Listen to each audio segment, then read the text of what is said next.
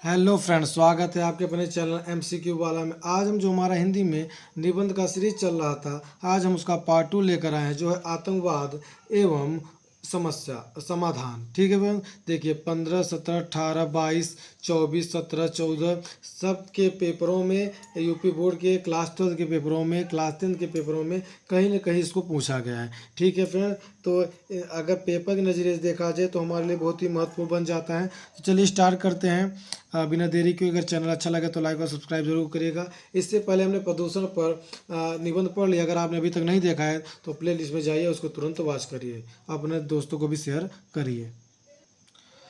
प्रमुख विचार बिंदु हैं। प्रस्तावना, आतंकवाद का अर्थ, आतंकवाद एवं विश्वव्यापी समस्या, भारत के आतंकवाद, जिम्मेदार कौन है, आतंकवाद के विविध रूप, आतंकवाद का समाधान और फिर उपसंहार पढ़ेंगे। ठीक है फ्रेंड्स, चलिए स्टार्ट करते हैं, आगे देखते हैं।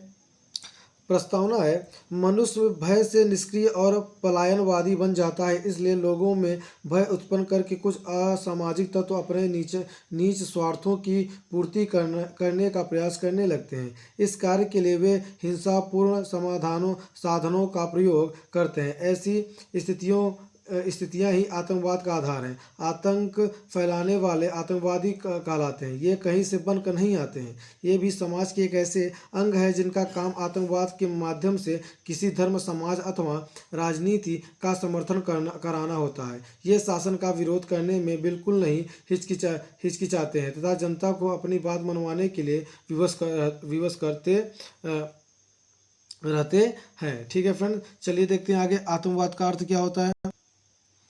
तो जैसे हमने पिछली स्लाइड में पढ़ा कि जो आतंकवाद होते हैं कहीं से बन के नहीं आते, वो हमारे समाज के ही एक अंग होते हैं जो क्या करते हैं, हमारे समाज में आतंक फैलाते हैं। कुछ दुष्ट लोग होते हैं जो ऐसा कार्य करते हैं और लोगों को कुछ न कुछ कार्य करने या उनको गलत करने में विवश करते रहते हैं। ठीक है फ्रेंड्स, चलिए आतंकवाद का अर्थ देखते हैं।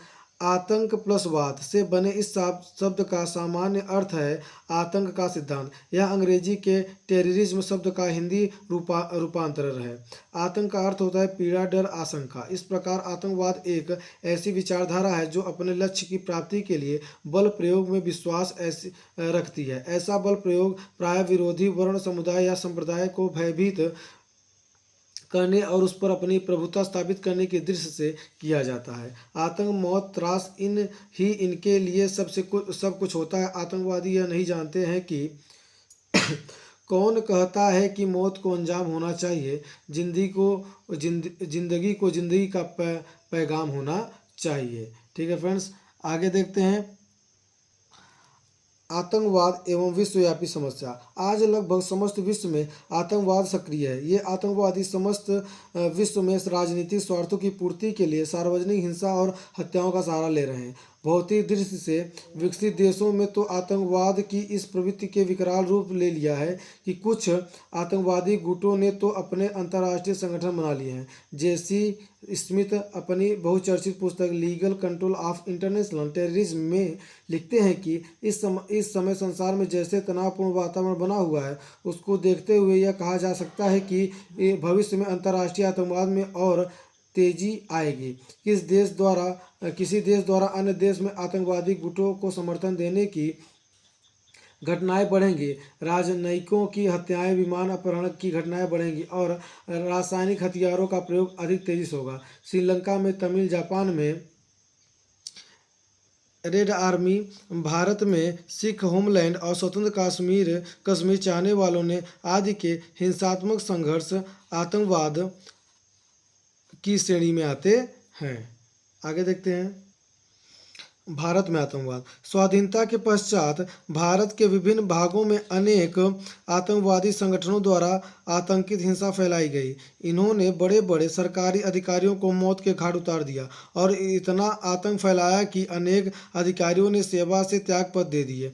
भारत के पूर्वी राज्यों नागालैंड, मिजोरम, मणिपुर, त्रिपुरा, मेघालय, अरुणाचल और असम में भी अनेक बार उग्र आतंकवादी हिंसा फैली, किंतु अब यहाँ असम के बोडो आतंकवाद को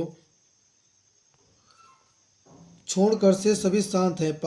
बंगाल के नक्सलवाड़ी से जो नक्सलवादी आतंकवाद पनपा था वह बंगाल से बाहर भी खूब फैला। बिहार तथा आंध्र प्रदेश अभी भी उसकी भयंकर आग से झुलस रहे हैं। कश्मीर घाटी से पाकिस्तानी तत्वों द्वारा प्रेरित आतंकवादी प्राय राष्ट्रीय पर्वों जो 15 अगस्त, 26 जनवरी, 2 अक्टूबर आदि पर भयंकर हत्याकांड कर अपने अस्तित्व की घोषणा करते रहते हैं। इन्होंने कश्मीर की सुकोमल घाटी को अपनी आतंकवादी गतिविधियों का केंद्र बनाया हुआ है। आए दिन निर्दोष लोगों की हत्याएं की जा रही है और उन्हें आतंकित किया जा रहा है, जिससे वे अपने घर, दुकानें और कारखानों छोड़कर भाग खड़े हो गए। ऐसा कोई भी दिन नहीं बीता कि जिस दिन समाचार पत्रों में किसी आतंकवादी घटना में 10-5 लोगों के मारे जाने की खबर न छपी हो। स्वतंत्रता आतंकवादी गतिविधियों में सबसे भयंकर रहा पंजाब का आतंकवाद। 20वीं शताब्दी की 9वीं दशाब्दी में पंजाब में जो कुछ हुआ उससे पूरा देश विक्षुब्ध और हतप्रभ रह गया। पाकिस्तान द्वारा प्रायोजित सीमा पर पार से कश्मीर और अब देश के अन्य भागों में बरपाई जाने वाली दिल दहला देने वाली घटनाएं आतंकवाद का सबसे घिनौना रूप हैं। सीमा पर पार के आतंकवादी हमलों में अब तक 1 लाख से भी अधिक लोगों की जानें जा चुकी हैं। हाल के वर्षों में संसद पर हमला हुआ, इंडियन एयरलाइंस के विमान 1814 का अपहरण कर उसे कंधार ले जाया गया, फिर चिट्टी सिंगापुर में सिखों का कत्लेआम किया गया तथा अमरनाथ यात्रियों पर हमले किए गए, पुलवामा हमले किए गए। ठीक है, अभी जो सिंदूर ऑपरेशन हुआ था उसमें गलवान घाटी में लोगों पर गलवान में बहुत हिंसक उपद्रव किया गया था। तो ये सब हिंसक जो हो रहे हैं ये सब आतंकवाद को ही पनपा रहे हैं। ये अपना अस्तित्व होने का दावा करते हैं कि अभी हम हैं, आतंक फैलाएंगे। लेकिन हमारी तीनों सेनाओं ने मिल करके, हमारी बहनों ने मिल करके उनको मुंह तोड़ जवाब दिया, जिससे कि वे अब ऐसी दुस्साहस करने का हिम्मत नहीं करेंगे। ठीक है फ्रेंड्स, तो अगर आपको पता हो कि जो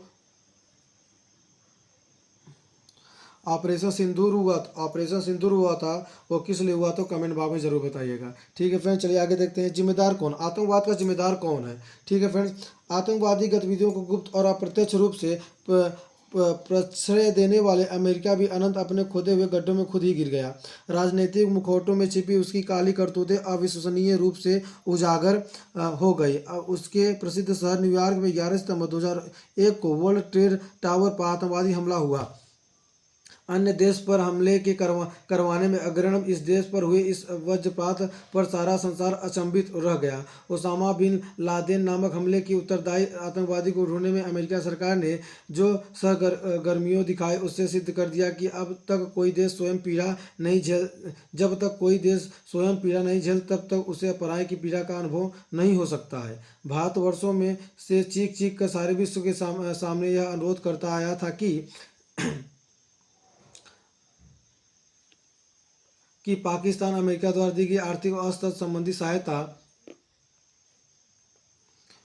का उपयोग भारत के खिलाफ आतंकवादी गतिविधियों के लिए कर रहा है। अंततः अमेरिका पाकिस्तान को आतंकवादी राष्ट्र घोषित करे और उसे किसी भी किस्म की सहायता देना बंद करे। किंतु भारतीयों के मारे जाने में से अमेरिकी राष्ट्राध्यक्षों या देशों का कोई नुकसान नहीं था, लेकिन पाकिस्तानी का पोषण करते रहने से उन्हें इस समस्त दक्षिण एशियाई क्षेत्र पर दृष्टि रखने के लिए एक अन्य सैन्य क्षेत्र अवश्य में मिला।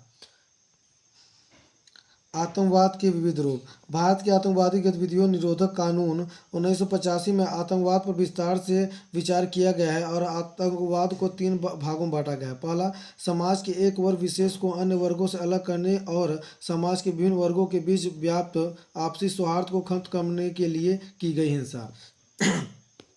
दूसरा है, ऐसा कोई कार्य जिसमें ज्वलनशील बम तथा आग्नेयास्त्रों का प्रयोग किया गया हो।